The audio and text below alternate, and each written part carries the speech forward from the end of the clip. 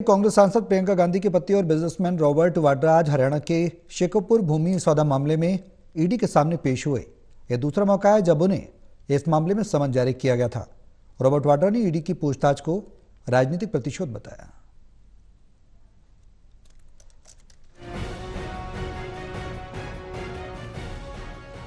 प्रवर्तन निदेशालय ईडी ने आज हरियाणा भूमि सौदे से जुड़े मनी लॉन्ड्रिंग मामले में कारोबारी और वायनाड से कांग्रेस सांसद प्रियंका गांधी के पति रॉबर्ट वाड्रा से पूछताछ की है। रॉबर्ट वाड्रा आज सुबह अपने दिल्ली स्थित आवास से पैदल ही ईडी कार्यालय की ओर निकले। इस दौरान उनके साथ कांग्रेस समर्थकों का एक समूह भी था जो नारेबाजी कर रहा था। रॉबर्ट वाड्रा ने ईडी के समन को राजनीतिक प्रतिशोध करार दिया है और कहा है कि पिछले 20 सालों में उन्हें 15 बार समन किया जा चुका है और हर बार 10 घंटे से ज्यादा पूछताछ हुई है। रॉबर्ट वाड्रा ने दावा किया कि उन्होंने 23,000 दस्तावेज जमा किए हैं, लेकिन मामला खत्म होने का नाम नहीं ले रहा। It's basically political witch hunt. It's all politics. They have no specific questions. They have no reason. After 15 times I went in 2019 for 10 to 12 hours. They have no reason for this. This is because I always talk for the people of the country. I bring up things that BJP tries to hide.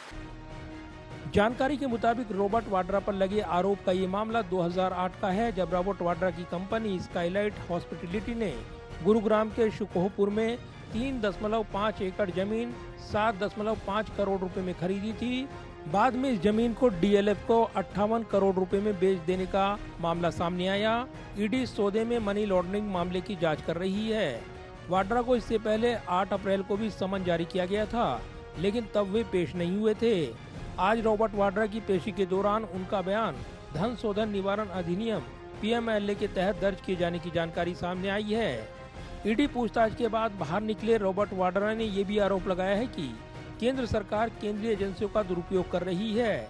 Robert Vadra ने कहा है कि मैं न ही किसी दबाव में आने वाला हूं और न ही किसी से डरने वाला हूं।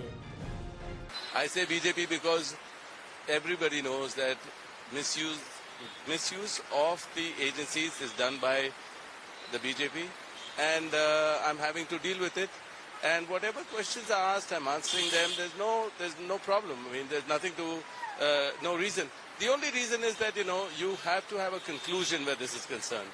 If I've given all the documents, if I've answered all the questions, by bringing up topics which are in 2007, it doesn't make sense to me. How can you be talking about something that happened in 2007? And anyway, I'm going to answer all the questions, so it's fine. But it's definitely politically motivated. वहीं दूसरी ओर BJP का कहना है कि कानून अपना काम कर रहा है और कोई भी कानून के ऊपर नहीं है।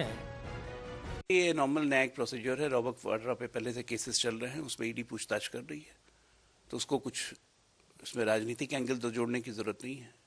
हम तो चाहते हैं कि ईडी जल्दी से चार्जशीट करके केस फाइनल करे। तो किस बात की दुर्भावनापूर्ण कार्रवाई हुई? हरियाणा में जमीन आपने ली, राजस्थान में जमीन आपने ली, लैंड यूज आपने बदलवाया, सरकार आपकी थी।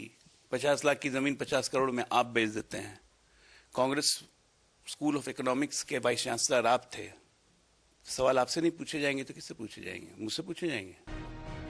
सूत्रों के मुताबिक जांच एजेंसी ने धन शोधन निवारण अधिनियम पीएमएलए एक्ट के तहत रॉबर्ट वाड्रा का बयान दर्ज किया है। इससे पहले केंद्रीय जांच एजेंसी ने एक अन्य धन शोधन मामले में रॉबर्ट वाड्रा से लंबी पूछताछ की थी।